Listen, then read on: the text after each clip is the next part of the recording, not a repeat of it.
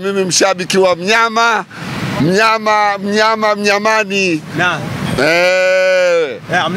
Kwenye dabi kwanza, unaiona itakuwa dabi ya namna gani?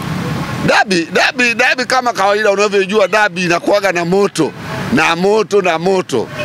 Mnyama yupo kwenye mbio za kutaka kuchukua ubingwa mwaka huu. Yaani tupo kwenye mbio za ubingwa.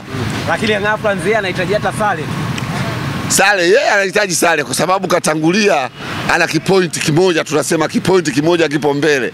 Lakini sisi tunavyojua huyu mwaka huu lazima tumchakaze. Amu hii ameruka mwisho wa siku ameingia kwenye target za watu. Kiangalia matokeo jana kama Simba wao matokeo yalikuwa hayana magoli mengi sana. Hii tafsiri yake ni nini? Tafsiri yake kweli tulikuwa sisi tumeshinda goli moja.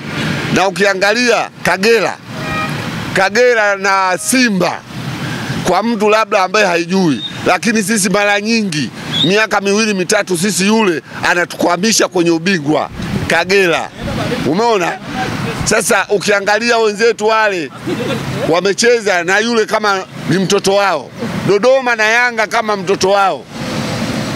Na labda tuangalie wachezaji gani ambao kwenye kikosi chako cha Simba wanakuaminisha kwamba mnaenda kupata matokeo dhidi ya Yanga. Sasa hivi mwanangu Mtale karudi.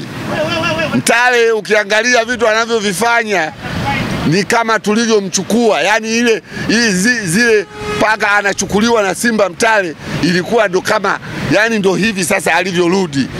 Umeona? Na kikosi chetu sio kibaya, ni kizuri. Tuna imani kwa kwamba kitafanya mambo Jumatano. Na labda Yanga kuna mchezaji wote unamuhofia? Mimi simuhofii mchezaji wa Yanga yoyote yule, timu ya kawaida sana.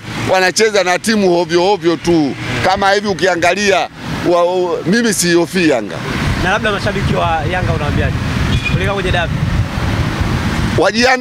Wajiandae kisaikolojia kwa sababu wale wengi sana wanapotezaga mwelekeo. Yaani ukiangalia wa mashabiki wa Yanga mara nyingi wanakuwaga wanapoteza mwelekeo. Sasa tunasema hivi, wajiandae kisaikolojia.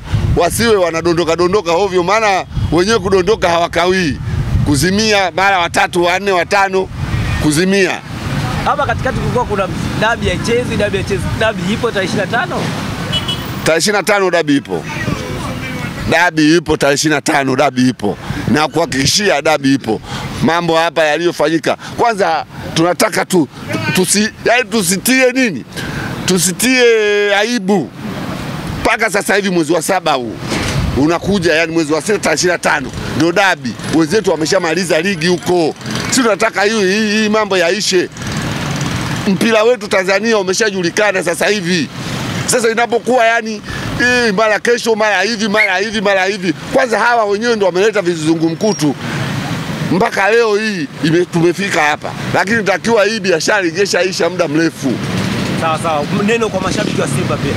Mashabiki wa Simba tunasema mnyama wajiandae, mnyama tunachukua mzigo. Yaani tarehe 25 saa 10 mpaka saa 1 hapa tayari, na nakuhakikishia uje hapa, uje uangalie kitu kitakachokuwepo hapa siku hiyo. Yaani mnyama atakapochukua mzigo siku hiyo, sherehe moja kwa moja mpaka mnyamani.